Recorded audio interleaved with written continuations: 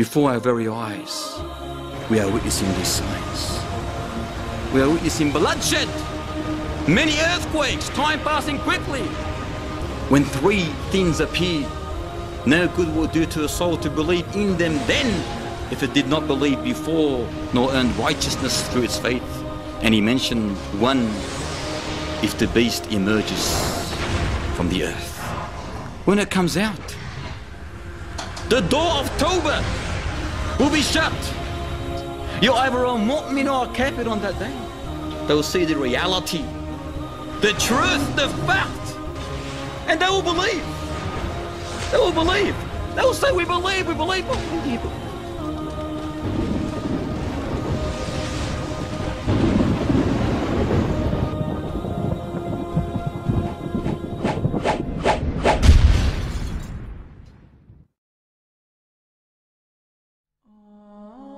Open your eyes. We are witnessing before our very eyes the clues of its approach of the hour through information in the Quran and Sunnah. The destitute shepherds, look at them, they're competing in building, constructing lofty high-rises buildings. The disappearance of knowledge. We are witnessing intoxicants, whether it's drunk or induced in great quantities. We are witnessing illicit sexual relations becoming widespread. It's become nothing, it's become norm. We are witnessing filthy riba. We are witnessing musical instruments becoming wide.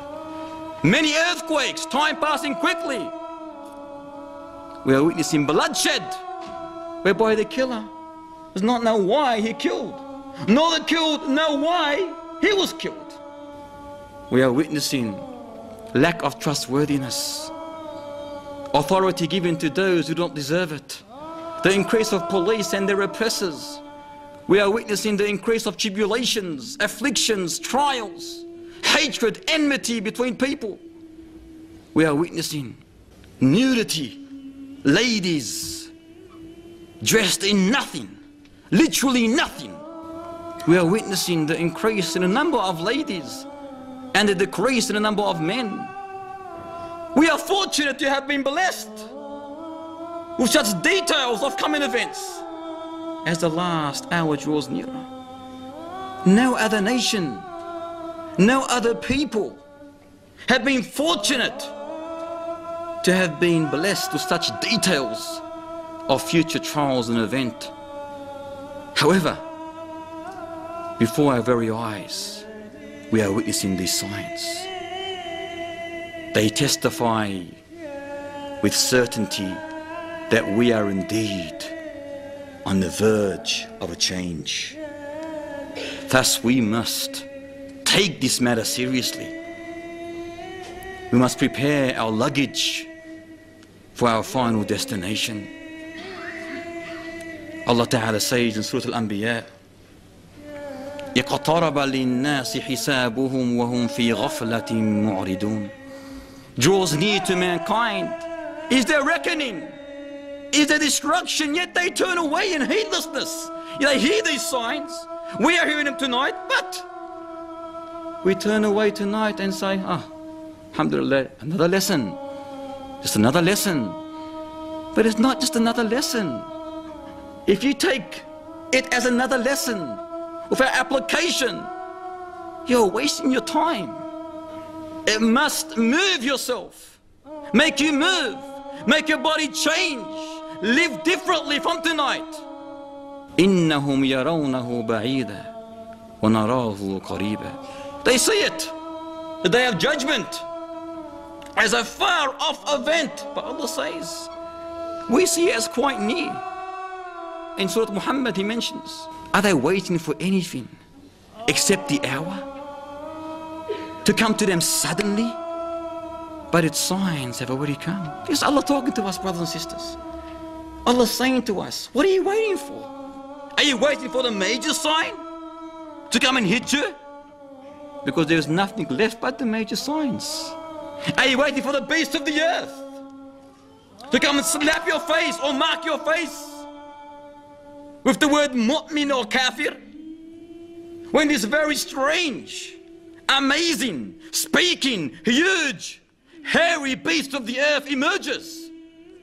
So hairy that you will not be able to tell its front from its rear, having two things that were owned, possessed by two previous prophets, the rin of Sulaiman and the rod of Moses. When it comes out, this beast won't give you a chance. It won't give you a chance. You're either a mu'min or a kafir on that day. As soon as the people see this beast, they'll be terrified. But where are they going to hide? They cannot hide. This is a major sign decreed by the Almighty Lord. When it sees the believer, this speaking beast, it will adorn the believer's face by writing the best word that can ever be written. It writes on his face, mu'min, believer. What a beautiful word. A sign of humbleness, submissiveness, devotion, motivation, obedience to the Almighty Lord. Isn't this what we want? Do you not want the beast of the earth to mark your face with mu'min? Because that word mu'min will end up being eternal salvation for you. If we only understood what the word believer meant. But are we believers? Question yourself. And when it sees the disbeliever, it will destroy his face or her face. And this is not symbolic or metaphoric, it's reality, it's genuine. It will destroy the disbeliever's face by writing the dirtiest, the worst word that can ever be written. Kafir, a sign of infidelity, disbelief, filth, a sign of dirt. Is that what we want? A'udhu billah. If this beast comes out, the door of repentance is closed. Once it comes out, you cannot say no more, Allah, I believe, please put mu'min here. No, it's too late. Likewise, another sign that if it emerges, no good will do to the soul to believe in it then, is the sun rising from the place of its setting, the west. When they see the sun coming from the west, they'll say, we believe. But when do you believe? After you've seen reality? Where were you before? Muhammad asked Abu Dhar, Ya Abu Dhar, do you know where the sun goes when it sets? He said, I do not know, O Prophet of Allah. He said, it travels until it prostrates itself beneath the throne of the Almighty Lord, seeking permission for it to rise again. This is every single time. When the sun sets, every single time, it seeks permission. Ya Rab, can I rise or not? And Allah will allow it to. But a time will come when Allah will say, go back from where you came. And that will be the day, as the hadith mentions, that no good will do to a soul to believe in it then, if it believed not before, nor earned righteousness through its faith. Where are those who joke, who take it as a mockery, as a laughter, who say it does not mean this, it means another meaning, symbolic, it's something else? Wallahi, you will not be able to benefit after you see it with your own eyes. يوم يأتي بعد آيات ربك لا ينفع نفسا إيمانها لم تكن آمنت من قبل أو كسبت في إيمانها خيرا. The day that some of the signs of your Lord do come, but no good will do to a soul to believe in it then if it believed not before, nor earned righteousness through its faith. Look at this, how this verse explains the reality of a Muslim. If it believed not before, the second phrase of the verse says, nor earned righteousness through its faith. Are they waiting for the signs to come to them suddenly, but its signs has already come. Are they waiting for Gog and Magog? Ya'juj or Ma'juj? Two hidden tribes of people from the offspring of Adam. How did they look? Allahu A'lam. Dhul Qarnayn, who was a righteous king ruling the east and the west, Allah Ta'ala gave him the ability, the power to build, to erect a huge barrier which restrained Gog and Magog behind it. However, ever since that barrier was built, they've been trying to dig their way out of this barrier. Every single day, they are digging. As soon as they see a hole, and light piercing through that hole, the one in charge says to them, stop, we will carry on tomorrow. And this will continue and continue and continue. But when they come the next day, they find that barrier stronger than ever. But the day will come when Allah Ta'ala allows them to come out. That will be the day when their leader says, after they see the light through that hole, Insha'Allah, we'll continue tomorrow. So the next day they come and see the hole exactly as they left it. So they continue digging that hole until they come out. And they ravage the earth. They harm the people. They will strike their arrows into the heavens and it'll come back with some kind of blood on it. They will say, we have beaten the people on the earth and overcome those in the heaven. They'll go past a lake in Palestine. The first one that gets to this lake, he will start drinking. When the last one gets to this lake, he will say, there used to be water here. In other words, they would have drank all the water. It's a huge lake. This Antichrist, this one-eyed liar, he will be given 40 days, but one of those days will be like 1 year. Another will be like 1 month. A third would be like 1 week. And the rest of the days would be like our normal days. He was described as being huge, a huge man, red complexion, short curly hair, one-eyed. The other eye looks like a floating grape, Between his two eyes, written, Kafir, the dirtiest word that can ever be written. Every single Muslim will be able to read this word, literate or illiterate, except those who are not believers. He mentions, ﷺ, that no tribulation on earth since the creation of Adam will be worse than the tribulation of this liar, of the Dajjal. He will begin by saying, I am your prophet, but there will be no prophet after me, ﷺ said. Then he will claim that he is the Lord, he is your Lord, but you will not see your Lord until you die. He will have with him paradise and hell, but that which he claims paradise is reality, hellfire. And that which he claims to be hellfire is paradise. He will be given the authority, the power over one man whom he will kill. He will say, look at this slave of mine. I will resurrect him. And he will still claim that he has a Lord other than me. So Allah Ta'ala will resurrect him. And the Dajjal will ask him, who is your Lord? He will say, my Lord is Allah. Allahu Akbar. My Lord is Allah Ta'ala. And he will say that you are the enemy of Allah Ta'ala. You are the Dajjal. And he will say, by Allah, I have never been more sure of this than I am today. And Muhammad said about this person, he will have the highest status among my ummah in paradise. Wouldn't you like to be this person? Subhanallah. Yani wallahi, we should be doing dua day and night to be this person. In another narration, it's mentioned that the Dajjal will try to slaughter him, saw him in two again. He did it the first time by the will of Allah. He'll try to do it again, but Allah Ta'ala will make the space between his collarbone and neck copper. So he will try and he will be unsuccessful. He will not be able to do anything to him. Then he'll grab him by the legs and the arms and throw him to what they believe his evil followers as being hellfire, but in reality he's being thrown into eternal bliss of paradise. And the narration mentions in that one that he will be the greatest.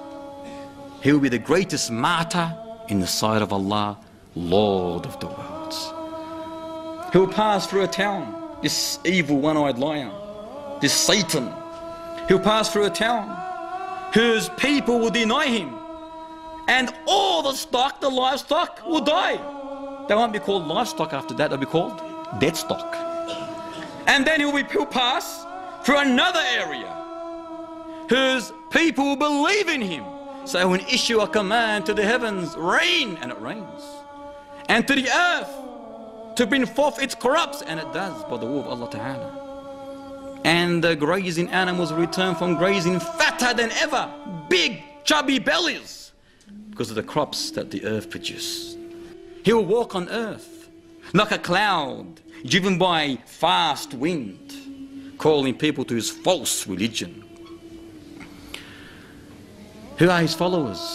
The majority of his followers are Jews. One narration says 70,000 Jews. And likewise Arabs. The narration mentions Arabs will be a lot of his followers, the ignorant Arabs. He'll go to an Arabian desert man, like a nomad, Bedouin, and he will say to him, what would you do? Or what would you say? Would you believe in me if I bring back your mother and father? He said, yes. You know what can do that but Allah Ta'ala. And Allah Ta'ala will make that. He will assume, two devils will assume the appearance of his mother and father, and then they will call out to this child, oh son, follow this person for he is your Lord. Follow him for he is your Lord. And likewise, his followers will be ladies, females. In one narration it mentions that the man will tie his mother, his sister, his daughter, his auntie, and every female relative to a pole, fearing that they may chase this one-eyed liar. As for his death, it will be time for Salat al-Fajr, when Isa ibn Maryam will descend, and he will descend wearing two garments dyed in saffron, placing his hands on the wings of two angels. As he's descending, he lowers his head. Beads of perspiration will fall from it. If he raises his head, beads of pearls will scatter from it. His fragrance, any kafir, every kafir that smells it will die. And it can be smelt, his breath, as far as he can see. A whole group of Muslims gathered together, ready to fight the Dajjal. It will be Salat al-Fajr, and the Iqamah will be just about to be announced, when the leader of this prayer of the congregation will be Al-Mahdi, Muhammad ibn Abdullah. He will step back when he notices Isa coming down, and he will tell Isa, please lead us in prayer. But Isa will place his hands between the shoulders of the Mahdi, and he will say, pray, for the prayer has been made or announced for you. So Al-Mahdi prays, and after the prayer, Isa alayhi salam says, open the gate will be opened, and behind that gate will be no other than this one-eyed liar with an army of Jews. And there they will be bearing, all of them, a sword and a shield. When they see this enemy of Allah Ta'ala, the Antichrist, when he sees Isa alayhi salam, he starts dissolving like salt dissolves in water, and he run away. But Isa will call out and say to him, you will not die until I strike you with my sword. So he will meet up with him on a gate called the Eastern Gate of Lad. This is all in the Middle East. And there, Isa alayhi salam will strike him with his sword, and he will die. And all the Jews, his army, will be deflated. There will be nowhere to hide, not a wall, not a tree, not a stone, not a creature, except this inanimate or animate creature will say, O Muslim, behind me is the Jew, come and kill him. Thus, Isa and the companions will win over these evil people, and they'll at the same time do dua, pray for Allah Ta'ala to destroy Gog and Magog, because Gog and Magog will be in that time. Yajuj and Majuj, they'll still be there, and they'll be causing mischief on earth. So they'll do dua, Isa will do dua, and the companions of Isa, the Muslims, that Allah Ta'ala destroys Gog and Magog. So Allah Ta'ala will send an insect that will destroy Gog and Magog by biting them on their necks, and the next day they will all perish as one. And then they'll do another dua to Allah Ta'ala, that He sends birds like the camel's necks, long birds, which will carry Gog and Magog and take them wherever Allah Ta'ala wills. And that will be the end of them. After that, peace and security will prevail on earth, whereby the lions will graze with the camels, the tigers with the cattle, the wolves with the sheep. The kids will be able to play with snakes without coming to harm. Wealth will be in abundance. No one will care about it. The rain will come down in abundance. The earth will bring forth its blessings. A single pomegranate, you know what Roman is, the Roman? Pomegranate will be eaten by a whole party, and they'll even seek shelter underneath its skin. A milch camel will supply for a whole party of milk. A cow will supply for a whole tribe, and a sheep will supply for a whole family. There will be no enmity between two persons after this, and Isa alayhi salam will not come with any new laws. Instead, he will be a follower of Muhammad sallallahu alayhi wasallam, for indeed the deen of Islam is the end of all deens.